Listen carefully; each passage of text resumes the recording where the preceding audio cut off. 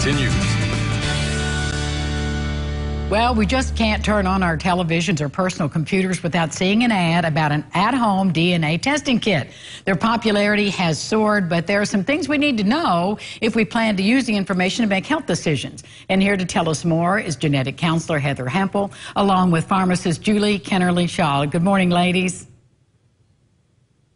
Good morning. Good morning. Why are these kits, Julie, so popular? I think that the general public has a natural curiosity to understand their ancestry and also to make sure that they don't have any genetic abnormalities that may put them at increased risk for various healthcare problems. And so I think it's natural for the public to want answers concerning their own ancestry and their own health. Well, Heather, tell us a little more about the accuracy of these tests and what problems can arise when you get these false positives. Yeah, we have some significant concerns about the accuracy. I mean, they're great for ancestry testing, but once they start getting into health conditions, that's where you've got to be a little bit careful and think before you spit for one of these tests. We think that the accuracy is a problem where you get both false positives. So that's if they tell you you have a mutation that gives you an increased risk for cancer or heart disease.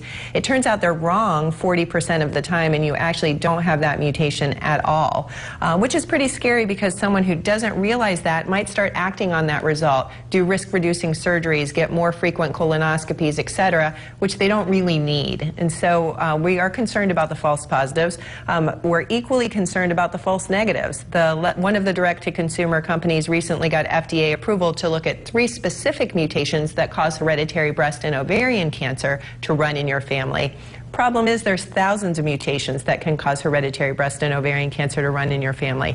So testing negative for those 3 might falsely reassure somebody that they're not at risk when in fact they've had an incomplete test and they actually are at very high risk.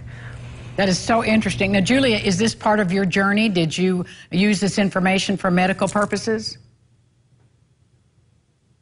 I did the direct consumer test with my husband, and in January I got the positive results for both Lynch syndrome, which puts you at a much higher risk of developing cancer, as well as a heart disorder, which puts you at a higher risk for having a heart attack at some point in your lifetime.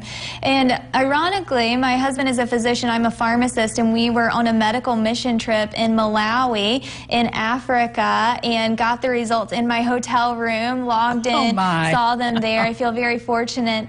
Yes, it was quite the experience, and feel very fortunate that as a pharmacist at the James Cancer Hospital, I was very familiar with Lynch syndrome as well as with Heather and her research in Lynch syndrome as a genetics counselor.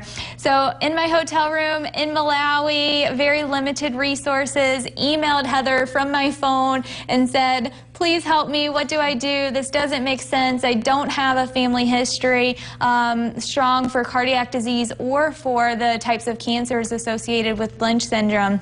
So she walked me down the journey of getting confirmatory medical grade testing. Very fortunately for me, both of my results were false positives, so I'm now in the clear from a genetic testing standpoint. Well, that is good to hear for sure.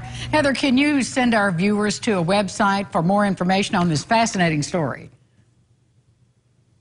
Absolutely. We want to make sure that your viewers who have a strong family history and are concerned that they might have a hereditary cancer susceptibility or heart disease susceptibility can find a local genetic counselor. Also, anyone out there who's done direct-to-consumer testing and has a result that is concerning with regard to their health, they should find a local genetic counselor to get that confirmed at nsgc.org.